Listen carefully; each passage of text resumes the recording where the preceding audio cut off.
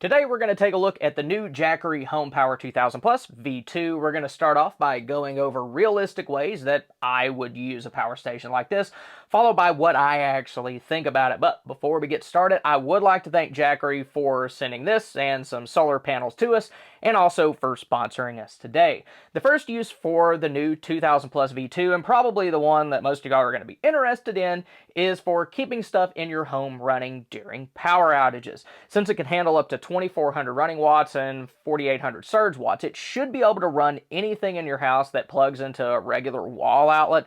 The power station has 4 AC outlets, which are split into 2 pairs, and each pair has its own control button. Jackery calls this smart priority control, and it's useful if, say, you've got a larger appliance like a fridge on one set and then some lights on the other. If you're worried about pulling too much power at once, you can just shut off the pair that you don't really need and keep the power going to what actually matters.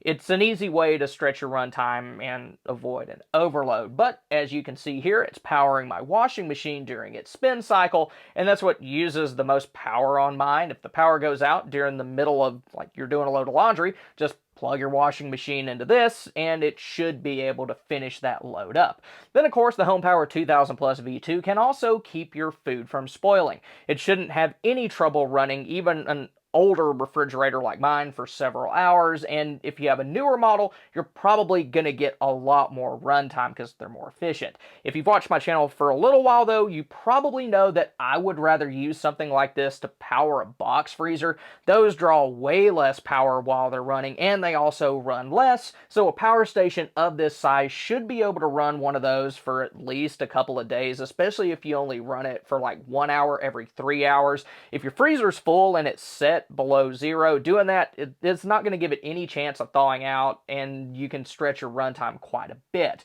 Another thing that you can use the HomePower 2000 Plus V2 for is lights. It'll have no problem keeping table or floor lamps running for a very long time. As you can see here, the display is showing that it can run this lamp for over 99 hours straight. The 2000 Plus V2 can also be used as a UPS or uninterruptible power supply. It can switch over from grid power to its batteries in 10 milliseconds.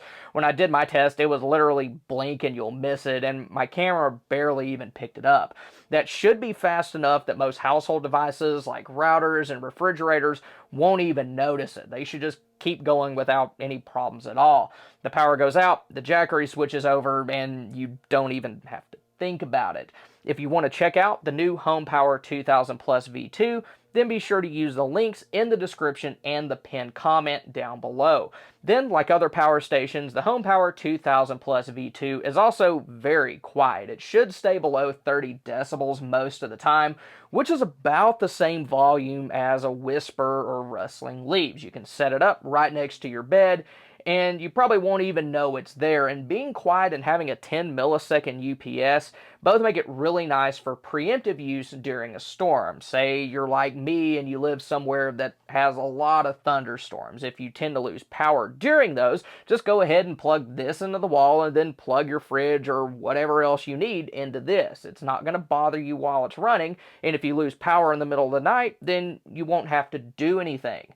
Another thing that makes the 2000 Plus V2 useful for home use is that you can control it using the Jackery app. Now, to be fair, most power stations these days do have like some sort of app controls, but it's always nice to have the option to control something like this remotely, even if it's just to make sure that it's still turned on. You don't have to use the app if you don't want to, but the option is there if you want it. Now, a minute ago, I said that the HomePower 2000 Plus can run pretty much anything in your house that plugs into a regular wall outlet, but it won't be able to power larger things like dryers that use 220 volt plugs or things that are wired right into your home like a central AC.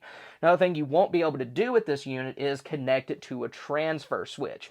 If you want to be able to do that, then you're going to need something else like the HomePower 3600 or the Explorer 2000 Plus. One thing about this particular power station that makes it very useful for home use, though, is that it's expandable. You can use the DC expansion port on the side and extra batteries to increase its capacity up to 12 kilowatt hours. That'd be enough power to keep you running for days, even if you can't recharge your system for one reason or another. And that's sort of the main idea behind this power station. You can start out small and expand it to a much larger system if you want to later on. It's meant to be a smart, simple way to have a backup power system without having to invest in like a huge whole home setup up front. Then, if you hook this up to solar panels, it can run even longer. Jackery went ahead and sent me a couple of their 200 watt panels for this video, but the 2000 Plus V2 can also connect to one of their 500 watt panels as well. To charge from panels, start by setting them up in the sunniest place that you can find, and I really like how easy Jackery panels are to set up. They're not like other brands where you have to mess with using carabiners to attach the panels to the stand. All you have to do is unfold them and then pull out the little kickstands. The 200 watt panels even have a little bullseye side to help you position them the right way. Then connect one end of the solar panel's cable to the solar panel and the other end to your power station, and it should start charging automatically. Another nice feature of the 200 watt panels is that they also have USB charging ports built into the cable, which isn't something that a lot of other manufacturers include. The HomePower 2000 Plus V2 can handle up to 800 watts of solar input, and if you max that out using 4 of their 200 watt panels, Jackery says that you should be able to charge it all the way up in 3.2 hours. Of course, those are advertising numbers under perfect conditions, and if you're just using 2 of their 200 watt panels like what I have here, you're looking at somewhere between 6 to 10 hours. The exact amount of time that it'll take to charge it up just depends on how sunny or cloudy it is, and if you keep up with repositioning the panels throughout the day. The fastest way to recharge a power station like this, though, is always going to be a wall outlet. The HomePower 2000 Plus V2 can handle up to 1800 watts of input from a regular 120 volt AC outlet, and it can fully charge in around an hour and a half in emergency charging mode. While you shouldn't use that all the time, being able to recharge it that fast is very useful if you know that like a storm is on the way. You should be able to plug the power station in and top it off before the storm gets to you. I would, though, go ahead and reduce the charging speed for normal use just to help the batteries last longer. And of course, you can charge this from a fuel-based generator too. I would only do that, though, if you have an inverter generator, since regular open frame models produce what could be considered like dirty power, and that could damage sensitive electronics like the ones found in a power station. Another way that you can use the 2000 Plus V2 is for camping, hunting, or other off-grid activities. I remember that when I was growing up and even into college, most of the lights that we used for things like that were like propane lanterns, and if we needed to charge our phone, then we had to use some huge inverter thing that plugged into the 12 volt outlet of our car. I even remember using lights at some of our old hunting leases that had to be physically connected to the car battery, but with a system like this, none of that is necessary anymore. When it comes to charging small electronics, it has 2 USB-C ports, one that's 30 watts and another that's 140 watts. The 140 watt port can charge even larger laptops like the one that I use for my video editing. Then it also has one 18 watt USB-A port as well. One thing that I was very happy to see on this power station that makes it a good choice for camping specifically is the 12 volt car style outlet. Like, I have a 12 volt mattress pump, which I could use with that, and those outlets are also nice if you have a 12 volt fridge. Running it straight off of 12 volt power rather than using an AC power brick that's just going to convert the power back to 12 volt electricity anyway is a whole lot more efficient, and it should get you more runtime. You also won't have to turn the inverter on if you're only running that, and that helps too. Another feature that Jackery added that you don't see on a whole lot of power stations anymore is the little light on the front. Now, obviously, you're not going to be able to light up an entire room with that, but for things like camping, where maybe you just have to get up in the middle of the night to use the bathroom, the light's going to let you see in the tent well enough that you're not going to trip over somebody else, but it's not so bright that it's going to wake everybody up. Then another way that you can use this when you're camping is to run small kitchen appliances. Say you're car camping, being able to use things like electric kettles and electric girdles makes getting breakfast ready a whole lot easier. You don't have to build another fire if you don't want to, and if you're cooking something like pancakes, then the temperature is going to be a whole lot easier to control with those than it would be over just a campfire. After that, you can also use the HomePower 2000 Plus V2 to power a shop off-grid. I saw a video by another channel called Kenny of All Trades where he actually used one of these to power the lights in his shop and was even able to power his welder. And if it can run a welder, it shouldn't have any trouble running any other power tool that you have. And even if you have a shop that already has power run to it, then using this could reduce the number of extension cords that you have to run, or at the very least, you could set them up further out of your way. I don't know how many times I've nearly face planted over an extension cord, but anytime that you can make your workspace safer, then it's definitely worth it. And kind of along those same lines, you can also use a unit like this for off-grid building projects. I remember probably around like 8 years ago or so, my dad and I got on this hunting property and we built our box stands on site. When we did that, we had a gas generator running almost the entire time to power the air compressor that was hooked up to our nail gun, and also some older corded drills. The 2000 Plus V2 can run all of that and then some without any problems at all. It can run everything from this old circular saw to even a table saw if you need to. Then, since its inverter produces clean, pure sine wave energy, it's a lot safer to use with power tool battery chargers than regular non-inverter gas generators are. If you have this thing hooked up to panels while you're working, then really you shouldn't have any trouble keeping all of your tools going pretty much all day, even if you're doing a whole lot of work. I've actually done building projects using power stations, and I can tell you that it's a lot more enjoyable than having to deal with the exhaust and sound from a regular generator for hours on end. So overall, there's a lot of things that I like about the HomePower 2000 Plus V2, even if the name is a mouthful.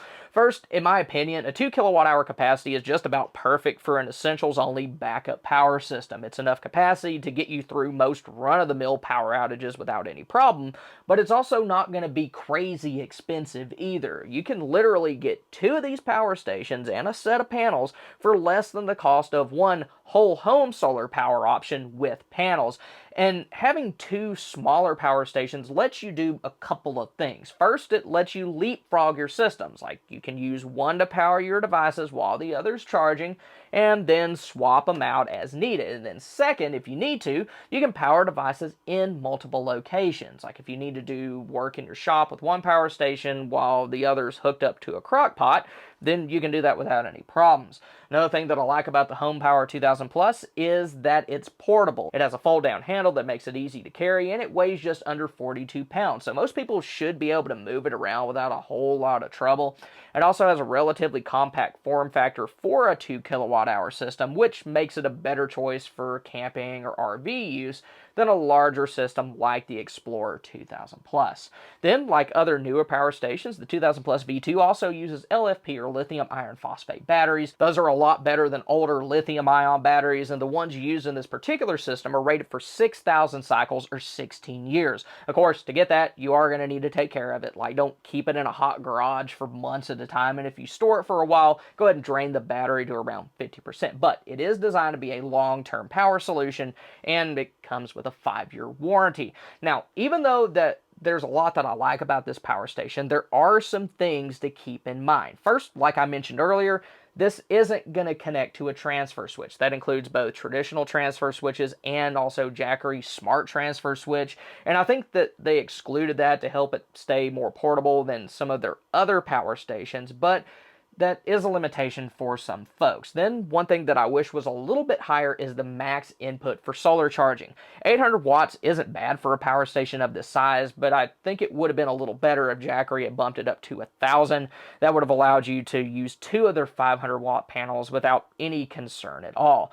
To be fair though, Jackery solar panels do tend to be pretty efficient, so you should still get decent charging performance even if you're just using 2 of the 200 watt panels or 1 of their 500 watt panels. I'm just kind of being a little nitpicky with that. Now, if you want to see cheap ways to stay cool during a summer power outage, then click here. Or if you want to see how to put together a rapid get home bag, then click here. Once again, I'd like to thank Jackery for sending us the new HomePower 2000 Plus V2 and for sponsoring us today. If you want to pick one up, be sure to use the links in the description and the pinned comment down below.